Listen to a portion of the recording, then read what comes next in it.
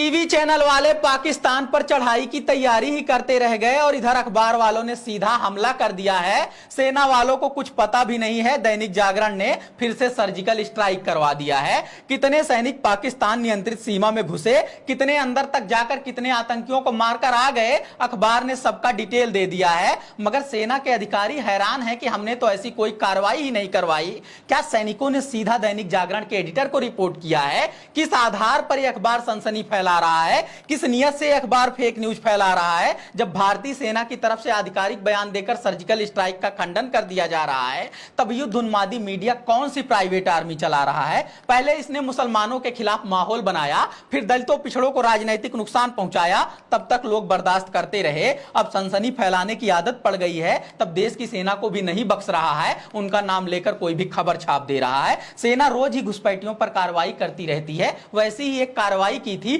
जिसे यह surgical strike 2 बता रहा है। मन की बात करते रहते हैं जिन्हें मसीहा मानता है अखबार, इसलिए खबर के नाम पर अपने मन की बात कर रहा है। नमस्कार, मैं समरराज बोलता हिंदुस्तान में आपका स्वागत है। दैनिक जागरण के पहले पन्ने पर सबसे बड़ी खबर छपी है कि भारत ने फिर से पाकिस्तान पर सर्जिकल स्ट्राइक कर दिया है। यह खबर जल्दबाजी में किसी टीवी चैनल के टिकर पर नहीं चली है। यह खबर हड़बड़ी में किसी डिजिटल पोर्टल पर नहीं छपी है।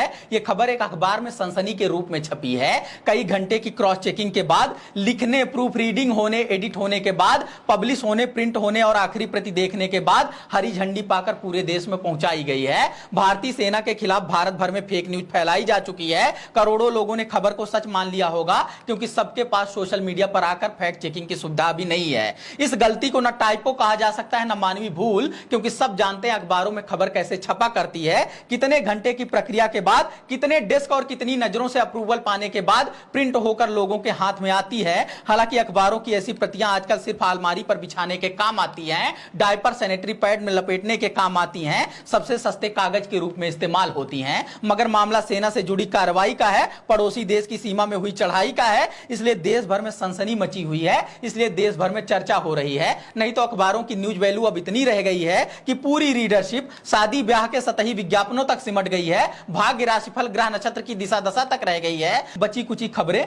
गुप्त रोग का इलाज कर रहे फर्जी हकीमों के विज्ञापनों से दब गई हैं। कुल मिलाकर निष्कर्ष यह है कि अखबारों में किसी के काम की कोई चीज नहीं रह गई है। मगर कहीं थोड़ी बहुत खबर की गुंजाइश है तो इस तरह से फेक न्यूज फैलाई जा रही है। ये वही दैनिक जागरण है जो देश की सबसे बड़ी दलित महिला नेत्री के खिलाफ न सिर्फ फेक न्यूज फैलाता है, बल्कि कैरेक्टर पर सवाल उठाते हुए कभी गुप्त बेटा बताता है, कभी गुप्त बेटी बताता है। ये वही दैनिक जागरण है जो सपा सरकार में मलाई खाने के बाद भी उसे मुस्लिम परस्त और हिंदू विरोधी बताता है, बाकी पिछड़ों को, यादवों के खिलाफ दिन रात भड़काता है। ये वही दैनिक जागरण है जो इस हद तक गिर जाता है कि कठुआ में मासूम मुस्लिम बच्ची का बलात्कार हुआ तो फर्जी खबरें छापकर बलात्कारियों को बचाता है। ये वही दैनिक जागरण है जो हर पीड़ित, वंचित, शोषित तबके के खिलाफ काम करता है और अब तो सेना के नाम पर फेक न्यूज फैलाकर अति कर रहा है। इससे क्या फर्क पड़ता है कि किस अखबार को कितने लोग खरीद रहे हैं? क्या यह बात किसी से छिपी हुई है कि करोड़ों लोग रोज घटिया कंटेंट कंज्यूम कर रहे हैं? दैनिक जागरण, अमर उजाला, दैनिक भास्कर तो पढ़ ही रहे हैं, जी न्यूज, रिपब्लिक, आज तक, टीवी 9 भी देख रहे हैं।